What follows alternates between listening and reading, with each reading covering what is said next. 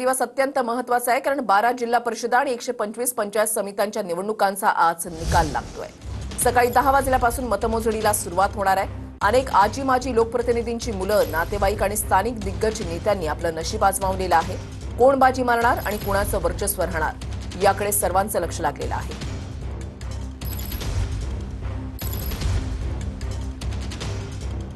लक्ष्मण जाधव आमचे प्रतिनिधी आमच्या सोबत आहेत, त्यांच्याकडून आपण अधिक अपडेट्स जे आहेत ते जाणून घेणार आहोत। लक्ष्मण, जर आपण पाहिलं तर 12 जिल्हा परिषदा 125 पंचायत समित्यांच्या निवडणुकांचे निकाल आज लागतायत। स्थानिक पातळीवरची ही निवडणूक अत्यंत महत्त्वाची आहे।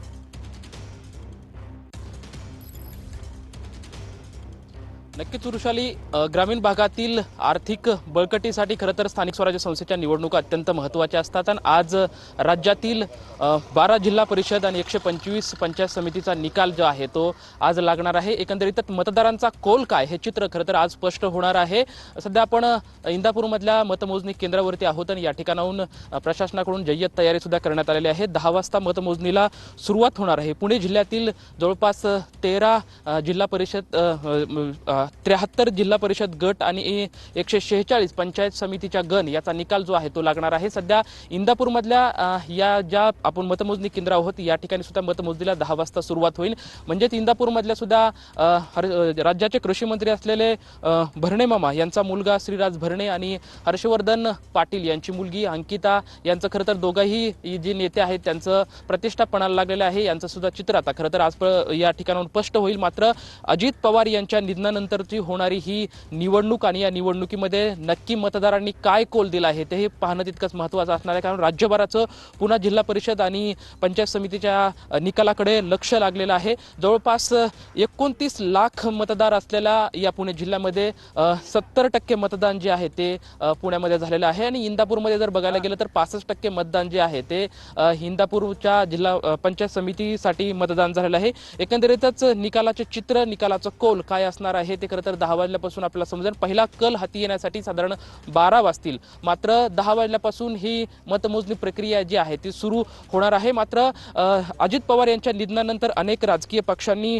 जो प्रचाराचा जो झंझावात असेल तो बरोबर नक्कीच धन्यवाद। तुमच्याकडून या संदर्भातले अपडेट्स जे आहेत ते सातत्याने जाणून घेणार आहोत। या निकालाकडे सगळ्यांचं लक्ष लागलेलं आहे। आता आपण थेट जाणार आहोत धाराशिवमध्ये।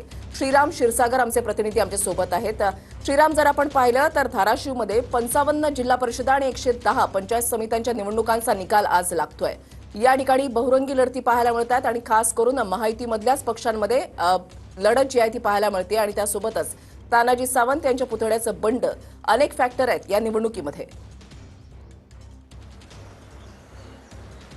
वृषाली, नक्कीच आपण जर पाहिलं तर धाराशिव जिल्ह्यामध्ये आज 55 जिल्हा परिषद आणि 110 पंचायत समितीच्या उमेदवाराची मतमोजणी जी आहे निवडणुकीची ती आज पार पडते। आपण आता धाराशिवमध्ये ज्या ठिकाणी मतमोजणी होणार आहे त्या भाई उद्धवराव ITI मध्ये आहोत आणि या ठिकाणी मतपेट्या सुद्धा याच ठिकाणी ठेवल्या होत्या आणि याच्या साईटला जर आपण पाहिलं तर या ठिकाणी मतमोजणीची जी आहे ती जय्यत तयारी करण्यात आलेली आहे।